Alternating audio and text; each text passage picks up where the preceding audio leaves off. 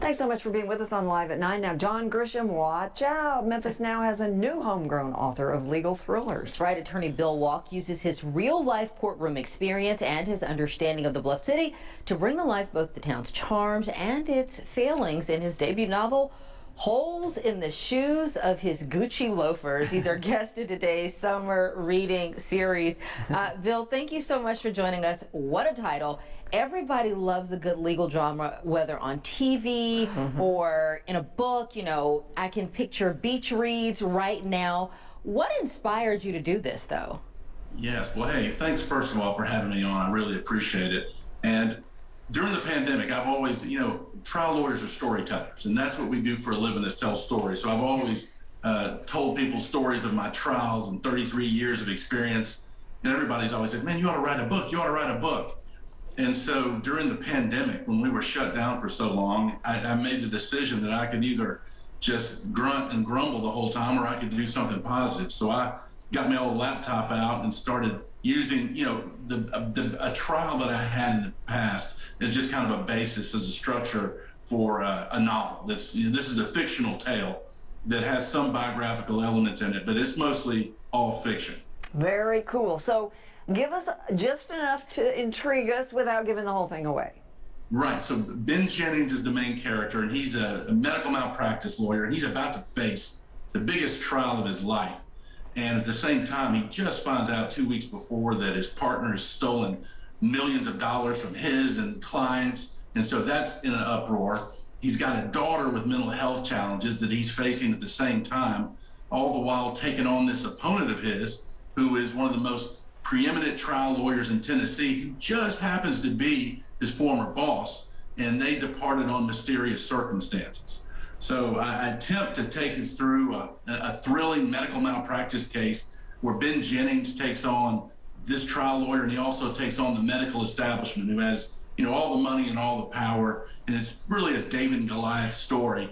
And there's a poor little girl who's, mismanaged care, requires Ben Jennings all of his talents and abilities to try to win this big trial for her and get her some lifetime care. Wow. When we set this up, we used the words fighting for the little guy, and you talked about David and Goliath. You're talking to two consumer investigative reporters. Thank you, yes. But for everybody out there, what do you think when the stories like that, the big corporation or whoever, there's something about just the human spirit that maybe people connect to? Is that what it is that has readers of any kind that are so interested in stories like this? Absolutely. I think we've all got a little David in us. We all, whether it's sports or life or whatever, we always seem to pull for the little guy or the underdog who has maybe some tough circumstances. This main character comes from Memphis public schools and in less area, and he's dealing with the upper crust of both Memphis Bar Association, or not the association, but the high-level blue blood trial lawyers, and he's dealing with the huge money that the medical establishment has to throw against him. And so it's kind of a fun little challenge for this little guy to try to make it. Yeah, it also brings in, of course, the insurance industry, which everybody loves to hate. Yes. So lawyers, though, there is a thing called legalese. So was it a challenge for you as a lawyer to make it really readable? I hate to bring up Grisham again, but, that's one of his gifts. He can take a courtroom and make it real, but also relatable to us. Yeah, that's 100%, and that was the real challenge in this case. I had an excellent editor who was working with me, and we talked back and forth, and I wanted to make this accurate. And so in this book, you're going to read this book, and you're going to leave it knowing this is how it really happens. I really kind of targeted it for lawyers to start with, and I've been pleasantly surprised that many lawyers have called me after reading and going, this is exactly how the real world happens.